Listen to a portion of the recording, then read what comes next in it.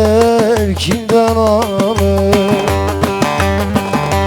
bize kozan oğlu derler. Yiğit ölür şanı kanı, çıktım kozanın dalına, sap yükledim yaprağına. Aşiretten haber gelmiş, çıkalım Kozan Dağı'na. Aşiretten haber gelmiş,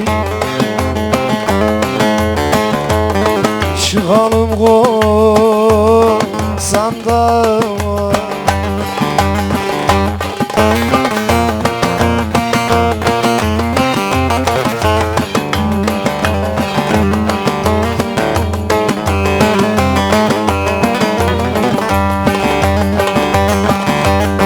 Tütün gelir keseğine,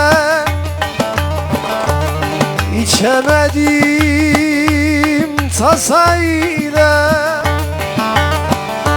Kozan oğlu yaralanmış,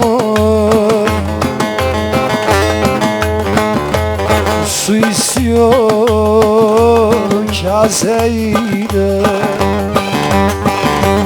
Kozan oğlu yaralanmış,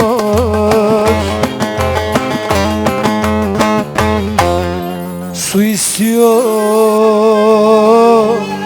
kaseyle. Kısa bir ara diyoruz birlikteyiz. Afiyet olsun.